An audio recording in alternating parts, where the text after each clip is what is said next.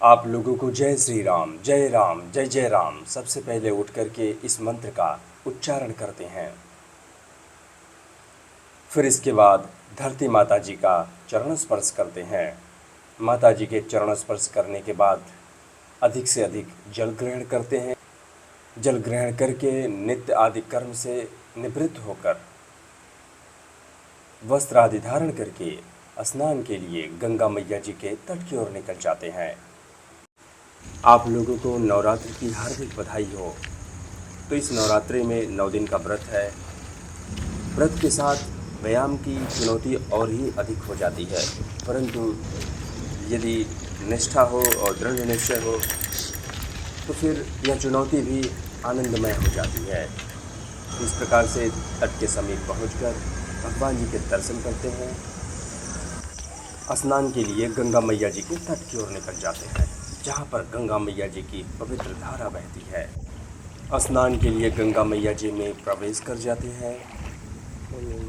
माता जी को प्रणाम करते हैं, माता जी की वंदना करते हैं। फिर इसके बाद डुबकी लगाना आरंभ करते हैं।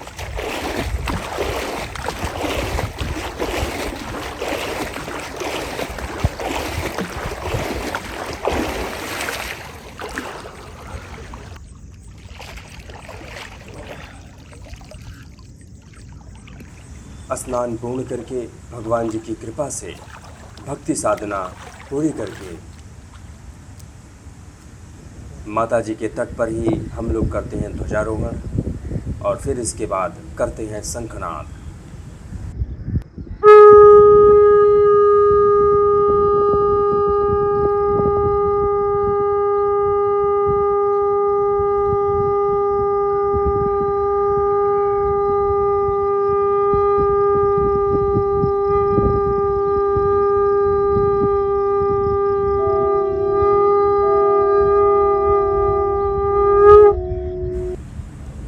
इसके बाद हम लोग प्राणायाम के आरंभ में वज्रासन में बैठ जाते हैं। फिर हम लोग करते हैं अनुलोम विलोम प्राणायाम और फिर इसके बाद हम लोग करते हैं वीरासन का अभ्यास। जैसा कि वीरासन का अभ्यास हमें नित्य करना चाहिए। इसके बाद हम लोग ज्ञान मुद्रा का अभ्यास करते हैं। फिर इसके बाद हम लोग कपालभाति प्राणायाम करते हैं। कपालभाति प्राणायाम करके हम लोग भ्रामरी प्राणायाम करते हैं।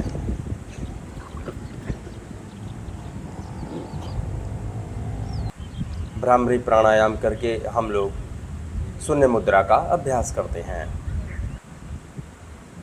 इसके बाद हम लोग अभय मुद्रा का अभ्यास करते हैं। अभय मुद्रा का अभ्यास करके हम लोग ओम का उच्चारण करते हैं।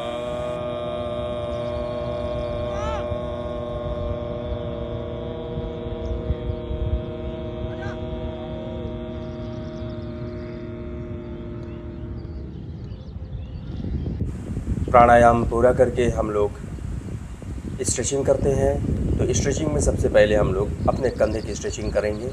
तरह तरह से कंधे की स्ट्रेचिंग करते हुए आगे बढ़ते हैं। कंधे की स्ट्रेचिंग पूरी करके हम लोग अपने पाँव की स्ट्रेचिंग करते हैं।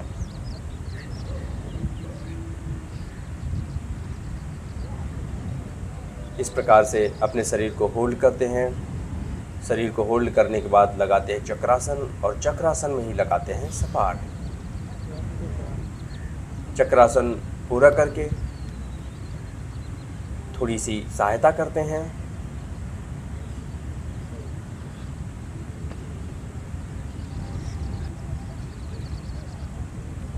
फिर इसके बाद हम लोग लगाते हैं मयूरासन। मयूरासन के अभ्यास से हमारे पाचन तंत्र बहुत ही अच्छे हो जाते हैं, इसलिए हमें मयूरासन का अभ्यास नित्य करना चाहिए।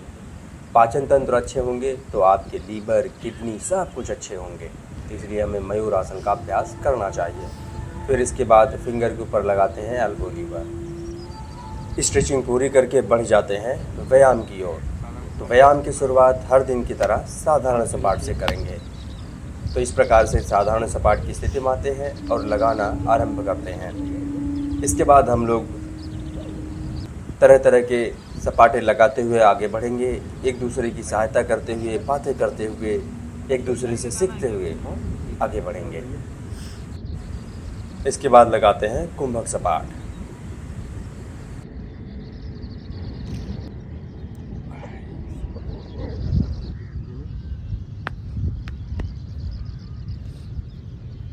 हम लोग लगाएंगे स्कैपुला पुशअप। इस प्रकार से स्कैपुला पुशअप की स्थिति में आ जाते हैं और स्कैपुला पुशअप लगाना आरंभ करते हैं। यदि हमें अपने शरीर में कंधे में बल बढ़ाना है तो हमें स्कैपुला पुशअप नित्य लगाना होगा। तो स्कैपुला पुशअप लगा के पूरा करते हैं। अब आ जाते हैं हिंदू सपाट की ओर। तो इस प्रकार से हिंदू सपाट की स्थिति में आ जाते हैं और हिंदू सपाट लगाना आरंभ करते हैं।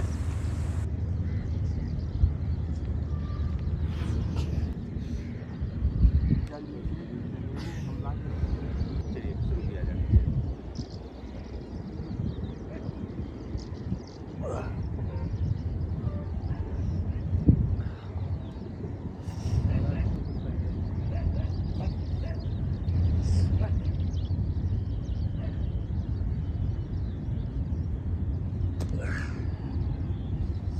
शरीर को आगे खींचना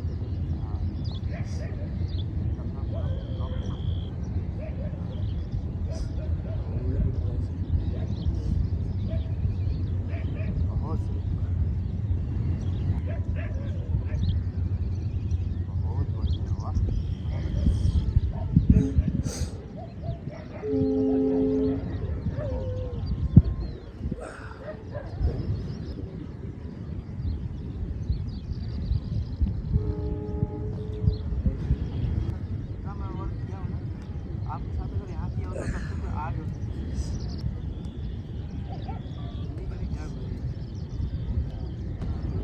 आइए डायमंड लगाया जाए। शरीर को स्ट्रेच किया है।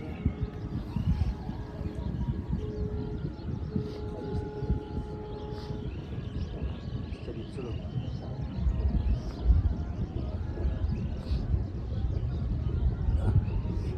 कम लगाइए, व्रत है। लगाना शुरू करेंगे तो भूल जाते हैं बड़ा। इसमें तो अपनापन आ जाता है। आइए हाथ से लगा लीजिए। हाँ हाँ गुरु जी, आज नहीं दिक्कत है। अब क्लियर जो भी हो।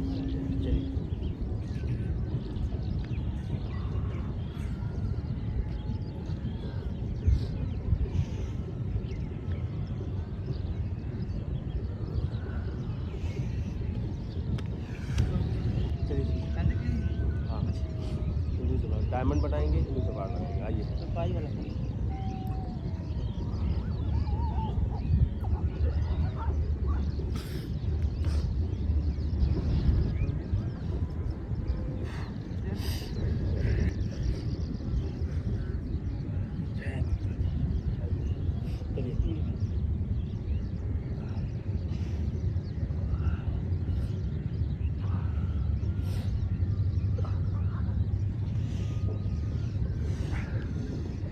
कर लेगा इसी पाई को सब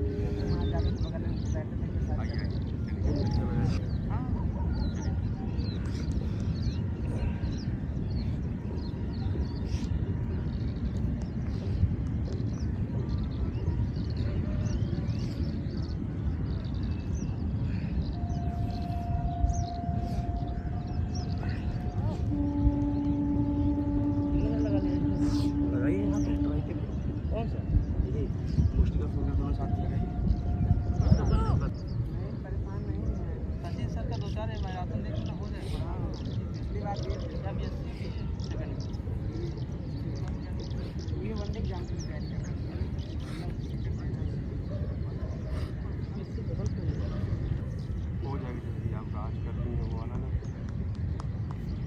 बहुत सका कि पीछे ही सकाइए। ऐसे ही करिए, देखिए ऐसे। मतलब अपने आप को प्रेस देके थोड़ा ऊपर करना है। हाँ प्रेस देखिए, कमर को याद रखते हुए पीछे लेके जाइए। हाँ बहुत सही, बहुत बढ़िया।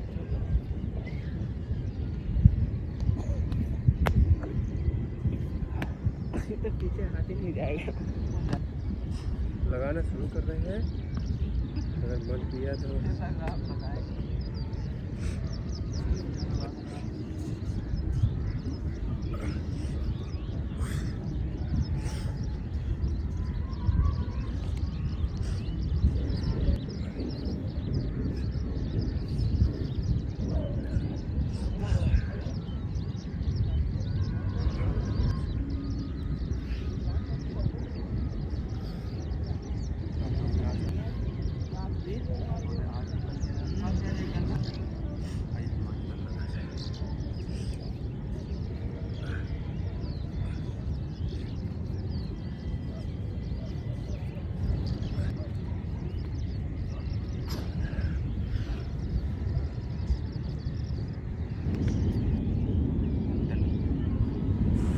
तो अब हम लोग लगाते हैं दंड बैठक।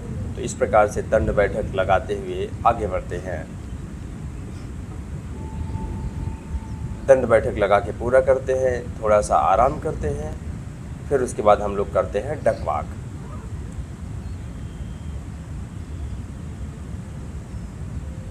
इसी व्यायाम के साथ माता जी के तट का व्यायाम यहाँ पर समाप्त होता है। आगे बढ़कर हम लोग श्रीमद् भगवत गीता के ऊपर करेंगे चर्चा और फिर करेंगे आपस में चर्चा। श्रीमद् भगवत गीता द्वितीय अध्याय श्लोक संख्या 11 और 12।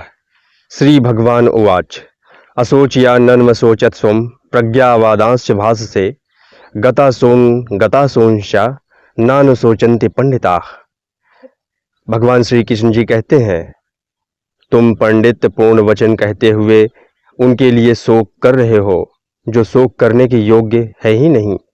जो विद्वान होते हैं वे ना तो जीवित के लिए ना ही मृत के लिए शोक करते हैं। ना त्वयेवाहं जातु नासं ना तुम नेमे जनाधिपाः ना चैव ना भविष्यामः सर्वे वै मतः परम। ऐसा कभी नहीं हुआ कि मैं ना रहूं हूं या तुम ना रहे हो अथवा ये समस्त राजा ना रहे हो, और ना ऐसा है कि भविष्य में हम लोग नहीं रहेंगे। धन्यवाद। तो धीरज जी, आज भी हम लोग का विषय वही कल है, स्वच्छता वाला। जैसा कि कल हमारे भारत में स्वच्छता के बहुत से अभियान चले होंगे, अच्छी बात है, पर कल की ही बात को आगे बढ़ाया जाए। अब जैसे कल का समय चला गया तो हमारे भारत में जितने भी अभियान चले होंगे उसमें से कोई ऐसा अभियान होगा जो आज होगा, और इस पे कोई भी इसमें कोई सत्यता नहीं है कि होगा ही, क्योंकि हम किसी भी अभियान को एक विशेष दिन मान के उसको चलाते हैं, फिर उसे हम भूल जाते हैं। तो हमें ऐसा नहीं करना चाहिए। जैसा कि हमें अगर कोई कार्य आरंभ करना चाहिए तो उसे तब तक करना चाहिए जब तक हमारे शरीर में प्राण हो, क्योंकि हम तभी किसी चीज को स्वच्छ कर पाएंगे, किसी सामाजिक ऐसी कुरीतियों को तभी हम बदलाव कर सकते हैं जब हम उसे एक अविरल समय के लिए करें।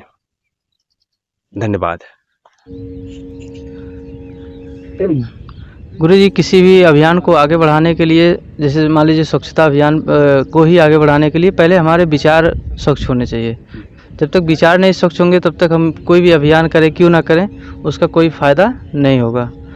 तो इसलिए हमको पहले अपने विचार, अपने मन तन सभी को स्वच्छ रखना चाहिए, और साथ साथ में स्वच्छता अभियान को भी आगे बढ़ाएं, और डेली के डेली रूटीन में उसको फॉलो करें।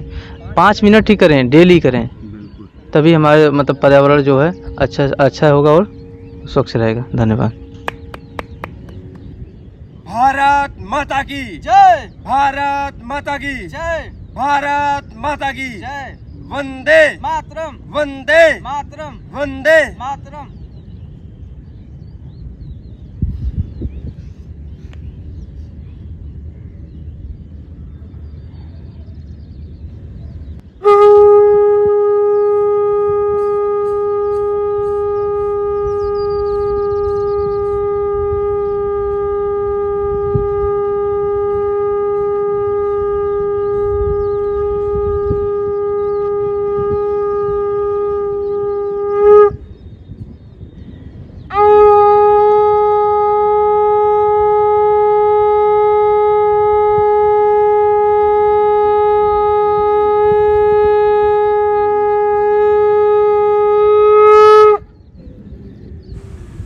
तो हम लोग ध्वज विग्रह करके निकल जाते हैं गंगा मैया स्वच्छता अभियान के लिए।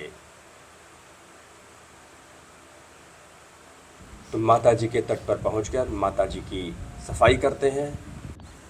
तो चलिए आप लोग मेरे साथ मिलकर बोलिए, सियावर रामचंद्र की जय, हर हर महादेव, जय शिव शंभो, जय हिंद, वंदे मातरम, जय गंगा मैया।